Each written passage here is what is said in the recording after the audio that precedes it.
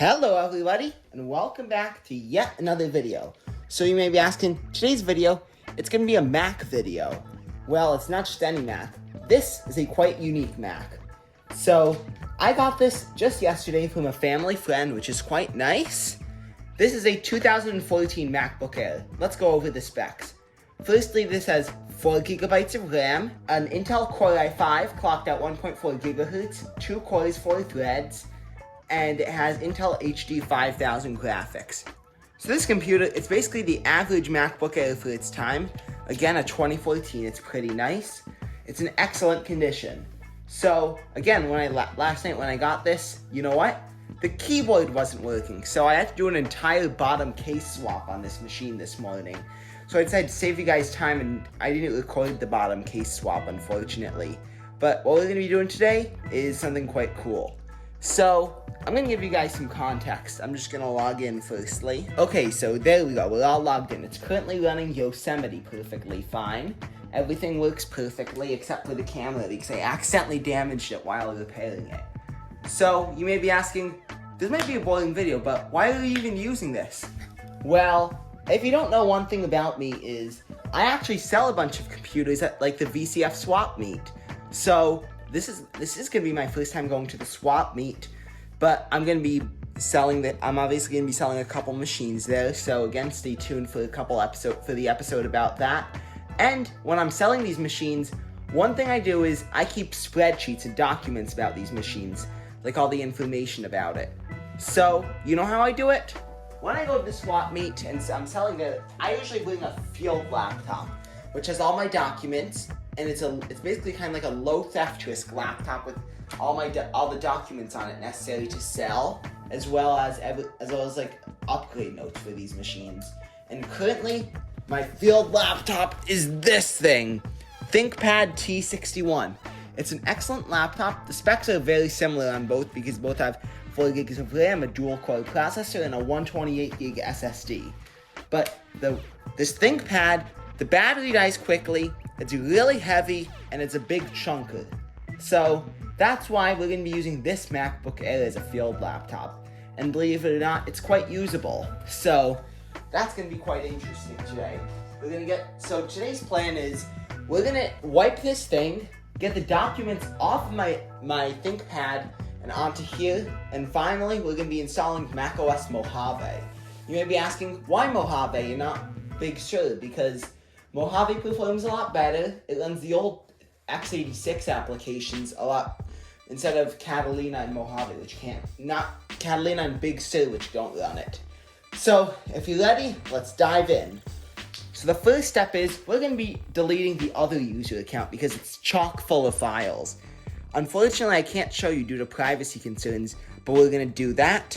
So the main account on the computer is being deleted right now in System Preferences, so it's going to be securely erased. And the good news is, they just wanted all the pictures off this computer, so I got all the pictures backed up to a USB stick, and I'm going to be sending those pictures over. So the next step is we're going to be getting Mojave onto here. So we're just going to fire it up in the App Store, which will be nice.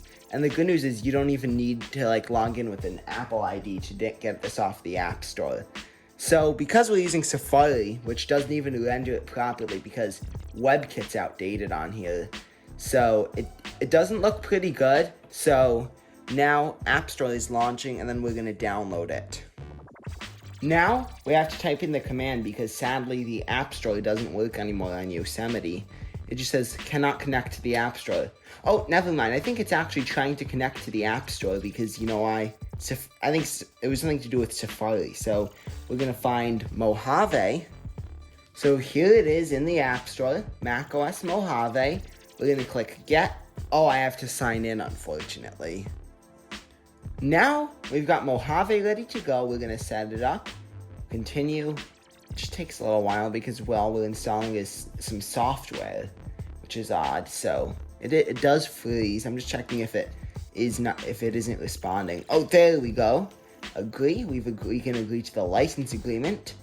Macintosh HD. We'll install that on there. It's not connected to a power source. That's fine. I just gotta type in my password. Well, since it's going to be a little while to install, you know what that means? Cue the time-lapse music.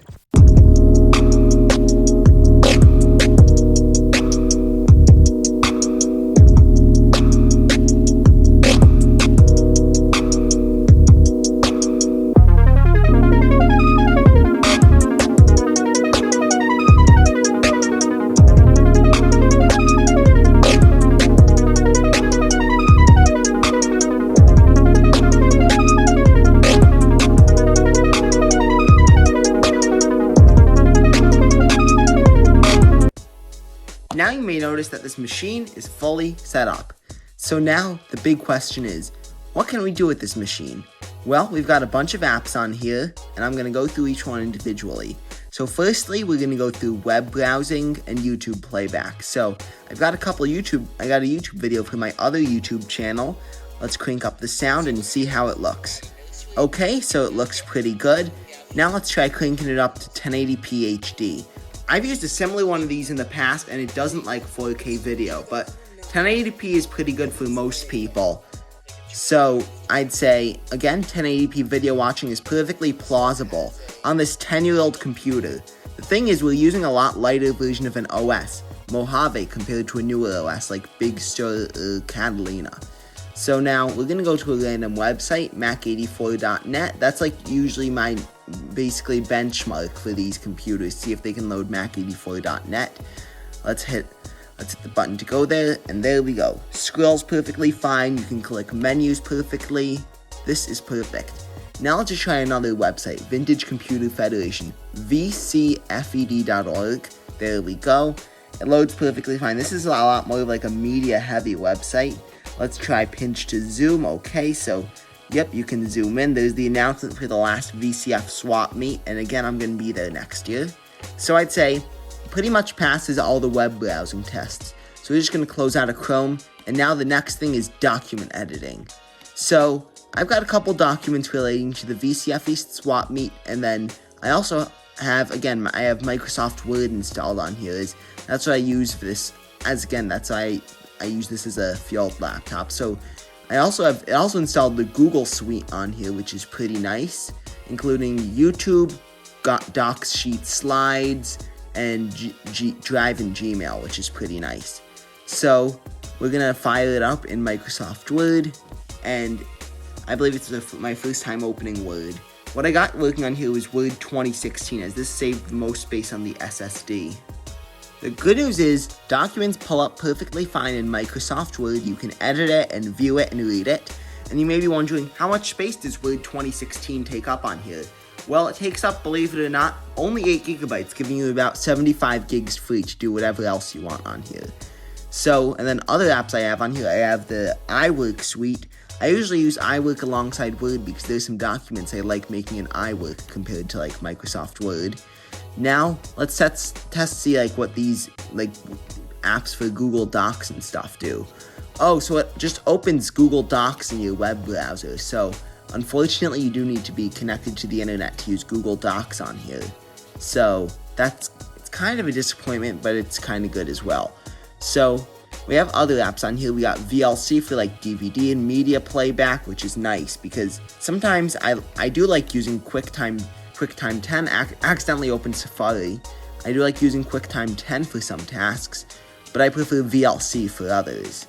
So, which is pretty nice. Now, let's just come to the big conclusion. Is macOS Mojave perfectly usable in 2026? Absolutely.